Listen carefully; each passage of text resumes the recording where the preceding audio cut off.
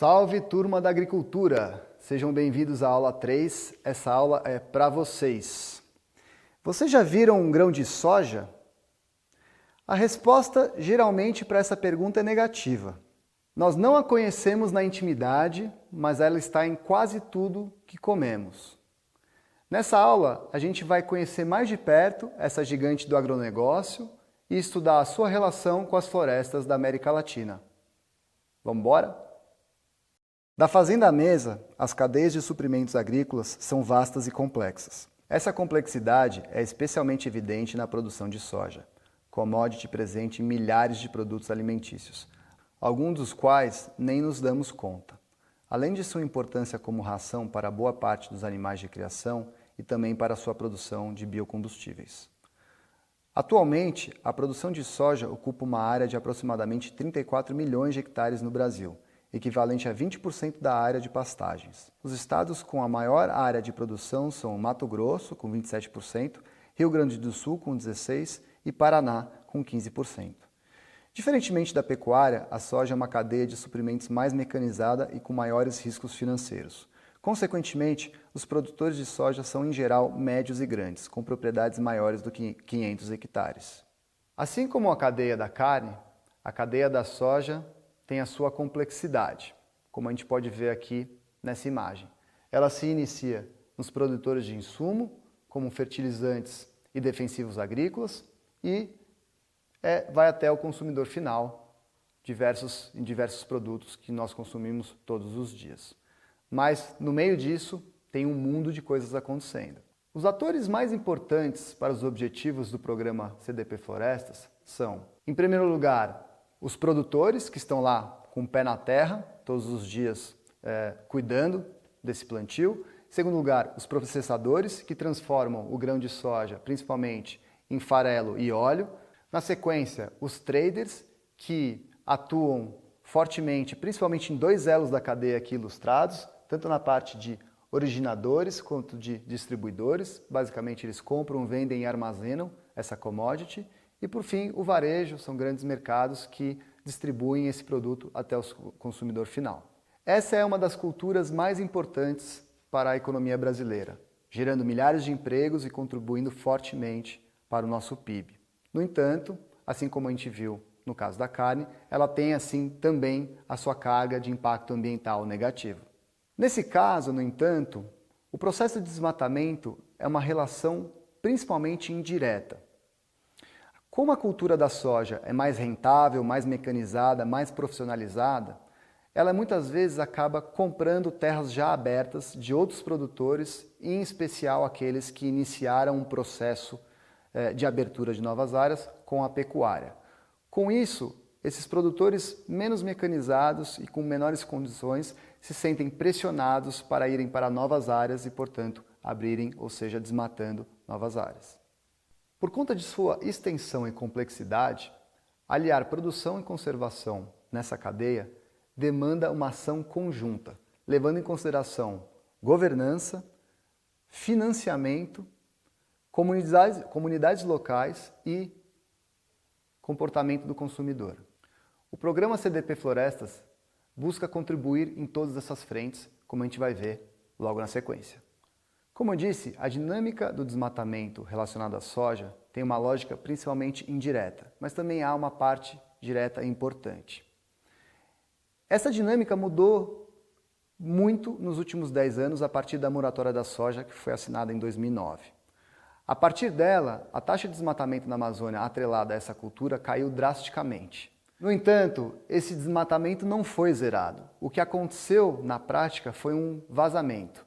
Ou seja, como todos os olhos da fiscalização, principalmente da moratória, mas também do poder público, estavam sobre o bioma amazônico, essa prática acabou fluindo e ganhando muito espaço no Cerrado brasileiro, em especial no Mato Grosso e a nova fronteira do agronegócio no nosso país, no Mato Piba, que é a fronteira entre 4 estados na região norte e nordeste: Maranhão, Tocantins, Piauí e Bahia. Para vermos com maior clareza essa dinâmica, eu trouxe aqui um mapa da relação entre a cultura e a perda de florestas no nosso país. Em azul mais claro, o lado bom da história. Regiões com alta produtividade e baixo desmatamento. São áreas, provavelmente, que foram abertas com um cultivo mais antigos e estão bastante mecanizados. Em vermelho, o lado ruim dessa história.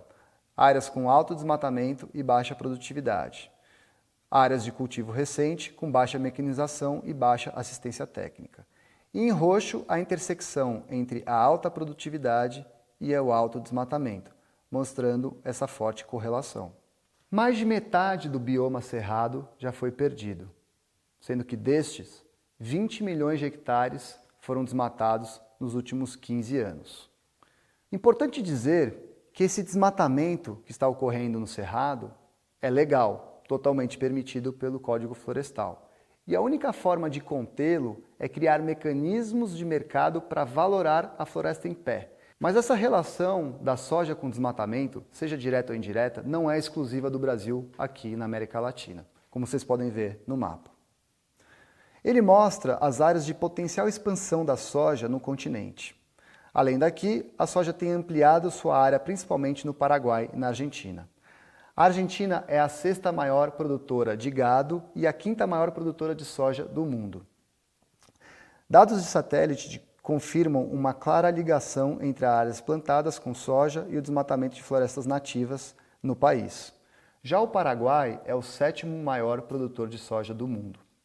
Entre 2001 e 2015, as florestas do Paraguai perderam quase 3,7 milhões de hectares, principalmente devido à expansão de fazendas de gado na parte ocidental do país, conhecida como região do El Chaco. A relação da soja com o desmatamento nesses países é principalmente indireta. Bom, então de novo, gente, é possível produzir sem desmatamento. E por que isso não acontece?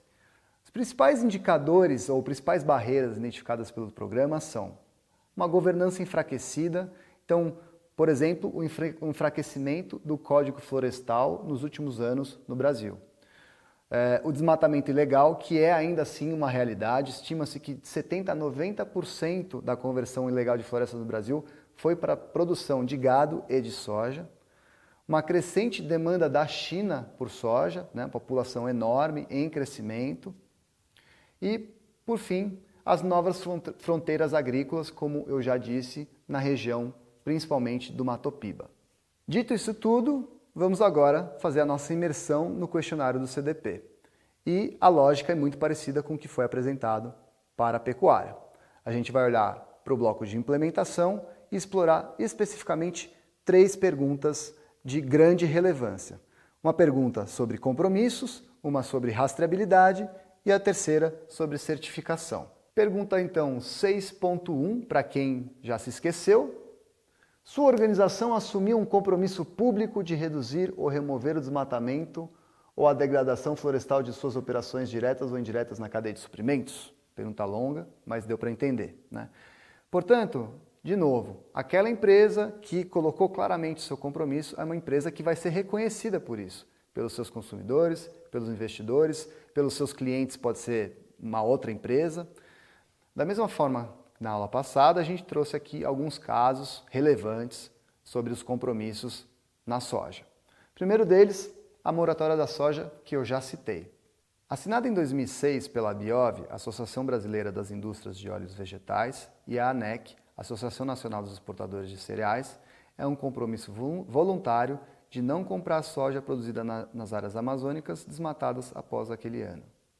Vale citar também um compromisso mais recente, que é o Manifesto do Cerrado, uma declaração de apoio lançada em 2017 por empresas e investidores em defesa do Cerrado brasileiro, muito por conta do que tem acontecido na dinâmica de desmatamento fluindo da Amazônia para esse bioma. Vamos agora então para a questão 6.3 de rastreabilidade. Pergunta, exatamente igual ao que eu falei na aula passada, é: você possui sistema ou sistemas de rastreabilidade para rastrear e monitorar a origem de sua mercadoria divulgada? Lembrando que o olhar de rastreabilidade é o olhar do berço à porteira ou do berço à venda do produto para o consumidor final. Então nós trouxemos aqui uma série de ferramentas e iniciativas importantes para a rastreabilidade da soja a nível global. A primeira delas, Global Forest Watch, é um aplicativo web de código aberto usado para monitorar florestas globais quase em tempo real. A GFW é uma iniciativa do World Resource Institute em parceria com a Google, o USAID e muitas outras organizações. Em dezembro de 2016, a GFW lançou um novo conjunto de dados para investigar o desmatamento relacionado à soja no Cerrado. Uma ferramenta similar, mas brasileira, organizada por uma série de ONGs, empresas e academias, é o MapBioma. O MapBiomas é uma plataforma nacional de mapeamento anual da cobertura florestal e uso do solo no Brasil. É uma iniciativa que envolve uma rede colaborativa com ONGs, universidades e empresas de tecnologia. O TerraClass é um sistema do governo federal de classificação do uso do solo. Então ele qualifica o desmatamento na Amazônia Legal usando dados do satélite PRODES. Já o Trace é uma plataforma de processamento de Big Data. Ele utiliza dados comerciais, logísticos e de produção para vincular empresas e países consumidores aos níveis de desmatamento da soja em cada município. Por fim, a pergunta 6.4 sobre certificação. Você especifica algum esquema de certificação de terceiros para a sua commodity divulgada? Então a gente trouxe aqui dois sistemas de certificação diferentes. Um é a RTRS e a outra é a Proterra. A certificação RTRS garante que a soja, na forma de matéria-prima ou subproduto, seja originária de um processo ambientalmente correto, socialmente adequado e economicamente viável. Dessa forma, existem evidências de que os produtos são derivados de uma gestão responsável da produção. Já a certificação Proterra permite aos usuários demonstrarem transparência em toda a cadeia de suprimentos e contribui para a progressão no sentido de atingir suas metas de sustentabilidade. Isso, por sua vez, aumenta o apelo do produto e a fidelidade do consumidor, bem como o valor para o acionista. Vivemos em um mundo conectado e cada vez mais atento aos impactos ambientais. Nesse cenário, o desmatamento deixou de ser apenas um risco regulatório. Ele passou a ser um risco ainda maior, reputacional e financeiro, como mostra essa matéria que a gente achou na Globo Rural. Investidores pedem fim do desmatamento ligado à soja na América do Sul. Investidores esses que controlam nada mais nada menos do que 6 trilhões de dólares em ativos. Não preciso falar mais nada, né? Então, pessoal, estamos chegando ao fim da aula 3, mas antes de me despedir, eu quero deixar uma pergunta e uma provocação para vocês levarem para o travesseiro. Quais desses mecanismos, na sua opinião, é mais efetivo para a implementação da sustentabilidade na cadeia da soja? Melhor que isso, quais desses mecanismos a sua empresa já implementou? Eu fico por aqui e a gente se vê na aula 4.